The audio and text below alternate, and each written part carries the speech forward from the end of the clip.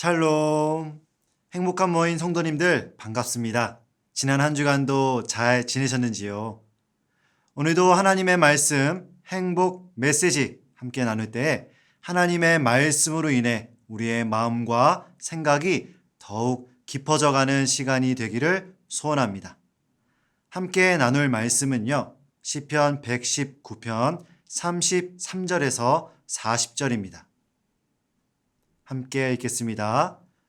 여호와여, 주의 율례들의 도를 내게 가르치소서. 내가 끝까지 지키리이다. 나로 하여금 깨닫게 하여 주소서. 내가 주의 법을 준행하며 전심으로 지키리이다. 나로 하여금 주의 계명들의 길로 행하게 하소서. 내가 이를 즐거워함이니이다. 내 마음을 주의 증거들에게 향하게 하시고 탐욕으로 향하지 말게 하소서. 내 눈을 돌이켜 허탄한 것을 보지 말게 하시고 주의 길에서 나를 살아나게 하소서. 주를 경외하게 하는 주의 말씀을 주의 종에게 세우소서. 내가 두려워하는 비방을 내게서 떠나게 하소서. 주의 규례들은 선하심이니이다. 내가 주의 법도들을 사모하였사오니 주의 공의로 나를 살아나게 하소서. 아멘. 저는 오늘 본문을 묵상하면서 시인에게서 한 가지 갈망함이 느껴졌습니다.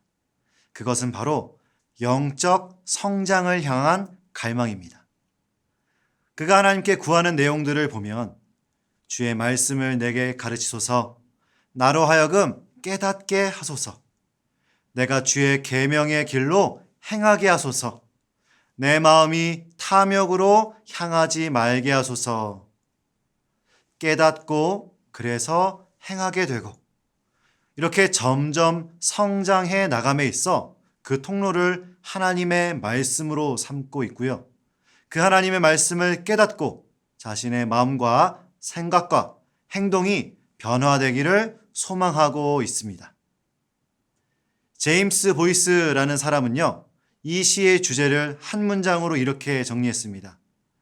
말씀은 생각과 마음을 교정하는 하나님의 학교이다. 학교가 어떤 곳입니까? 배움의 장소입니다. 학생들은 학교라는 곳을 통해 지식을 배우기도 하고 또 관계를 배우기도 합니다. 비록 저희는 이제 더 이상 학교를 다니진 않지만 날이 갈수록 하나님의 말씀을 배움으로 인하여서 계속해서 영적으로 성장해 나가야 함은 분명합니다. 여러분들께서는 요즘 하나님의 말씀을 배우기를 사모하고 계십니까? 하나님의 말씀을 배운다는 것은 어떤 의미일까요? 오늘 본문을 통해서 두 가지를 함께 나누고자 합니다. 먼저 첫 번째로 하나님의 말씀을 배운다는 것은 하나님이 어떤 분인지를 아는 것입니다. 여기서 안다라고 할 때는요, 또 두 가지 의미가 있는 것 같습니다. 하나는 하나님에 대한 지식을 알아가는 것이죠. 성경 지식입니다. 하나님이 어떤 말씀을 하셨고, 하나님께서 무슨 일을 하셨고, 성경에 어떤 역사가 있었고, 이런 것들을 알아가는 지식입니다. 이 지식은 우리가 신앙생활함에 있어서 반드시 필요한 지식이고 이 지식들을 통하여서 하나님을 알아갈 수 있습니다. 우리가 하나님을 믿는다고 하면서 하나님이 어떤 말씀을 하셨고 어떤 일을 하셨는지에 대해 잘 알지 못한다면 우리가 하나님의 무엇을 믿을 수 있겠습니까? 그렇죠. 그리고 우리가 하나님을 안다라고 할 때는요, 또 중요한 의미가 있습니다. 하나님과의 교제를 통한 알미입니다. 지식으로만 아는 것으로 끝나버리면 진정으로 안다고 할 수 없습니다. 하나님과의 인격적인 친밀한 교제가 없는 알은 율법주의가 될 수도 있습니다. 신약시대의 바리새인들이 대표적인 예이지요. 욥은요, 고난을 통해 살아계신 하나님을 직접적으로 경험하게 되고 난 뒤 이렇게 고백합니다. 내가 주께 대하여 귀로 듣기만 하였사오나 이제는 눈으로 주를 배움나이다. 전에는 내가 귀로 듣기만 하였는데 무슨 말입니까? 지식으로만 알고 있었는데 이제는 하나님과 진짜 교제를 합니다. 하나님을 인격적으로 만났습니다. 이렇게 고백하는 것입니다. 이렇게 하나님의 말씀을 통하여 하나님에 대해 더욱 알아가고 하나님의 말씀을 통하여 하나님과 더욱 깊은 교제 가운데로 들어가는 저와 여러분들이 되기를 간절히 소망합니다. 시인은 33절과 34절을 통해서 하나님의 말씀을 배우기를 간절히 간구했다면 이어서 그 말씀대로 생각하고 행할 수 있기를 간구하고 있습니다. 33절에서 35절을 다시 읽겠습니다. 여호와여 주의 율례들의 도를 내게 가르치소서. 내가 끝까지 지키리이다. 나로 하여금 깨닫게 하여 주소서. 내가 주의 법을 준행하며 전심으로 지키리이다. 나로 하여금 주의 계명들의 길로 행하게 하소서. 내가 이를 즐거워함이니이다. 따라서 하나님의 말씀을 배운다는 것은요, 말씀대로 생각하고 행하게 되는 것입니다. 우리의 생각과 행동이 구체적인 변화가 일어나는 것이죠. 머리로만 알고 관계로만 알고 끝난다면 진정한 배움이 아닐 것입니다. 하나님의 말씀은 반드시 행함으로 이어져야 합니다. 앞서 제임스 보이스라는 사람이 말했던 것처럼 우리의 생각과 마음이 교정받았다면 하나님의 말씀에 순종하는 방향으로 이어져 가야 한다라는 것입니다. 지난 시간에도 함께 나누었지만 이 시인의 간구가 정말 귀한 이유가 있습니다. 하나님의 말씀을 더 배우고자 함의 이유가 자신의 어떠함을 드러내기 위함이 아니라 하나님의 말씀을 더욱 지키고 순종하기 위해서라는 사실에 있습니다. 이 하나님의 말씀을 향한 시인의 갈망, 영적인 성장을 향한 갈망, 이 시인의 갈망이 우리 안에도 동일하게 일어나기를 간절히 소원합니다. 계속해서 살펴보길 바랍니다. 시인은 이렇게 우리의 마음이 하나님의 말씀을 향하지 못하게 하는 원인이 있다고 말하고 있는데요. 그것은 바로 탐욕입니다. 36절과 37절을 다시 읽어보겠습니다. 내 마음을 주의 증거들에게 향하게 하시고 탐욕으로 향하지 말게 하소서. 내 눈을 돌이켜 허탄한 것을 보지 말게 하시고 주의 길에서 나를 살아나게 하소서. 주의 증거들에게 향하는 마음과 탐욕을 대조하고 있고요. 허탄한 것을 보지 않도록 구하고 있습니다.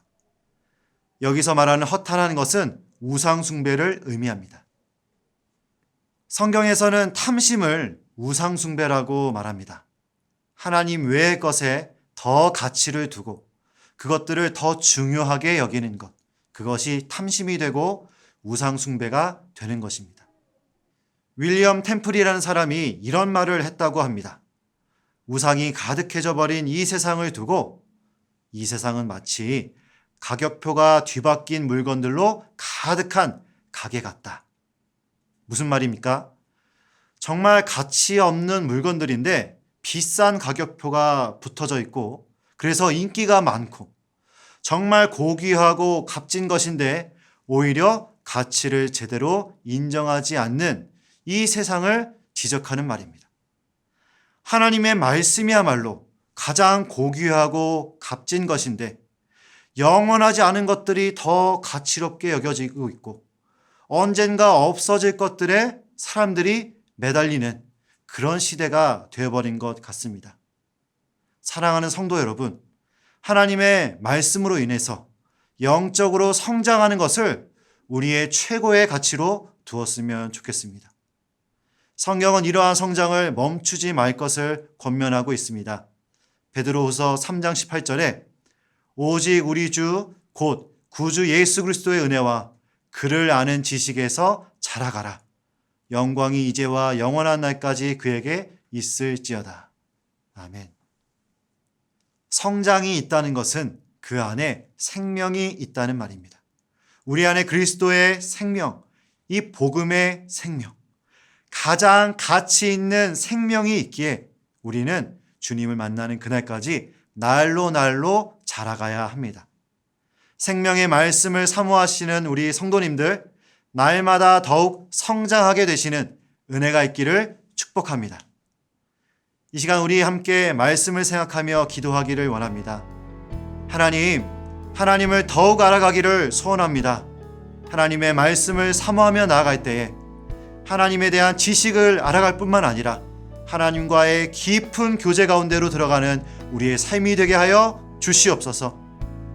하나님의 말씀을 배우고 깨닫는 대로 행하는 그런 삶이 되길 원합니다.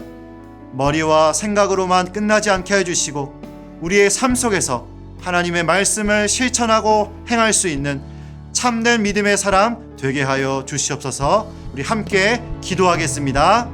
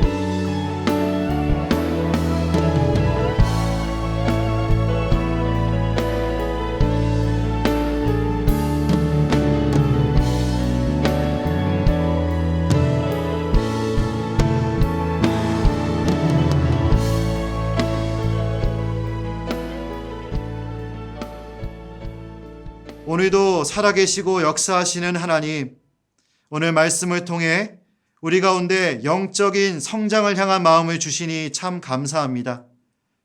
그리스도 예수의 날까지 주님을 더욱 알아가고 주님과 친밀히 교제하며 예수님 닮은 모습으로 성장해 나가는 우리 모두가 되게 하여 주시옵소서. 우리 행복한 모임 성도님들, 날마다 주님께서 주시는 힘으로 영육강 강건하게 하여 주시옵소서. 예수님의 이름으로 기도드립니다. 아멘.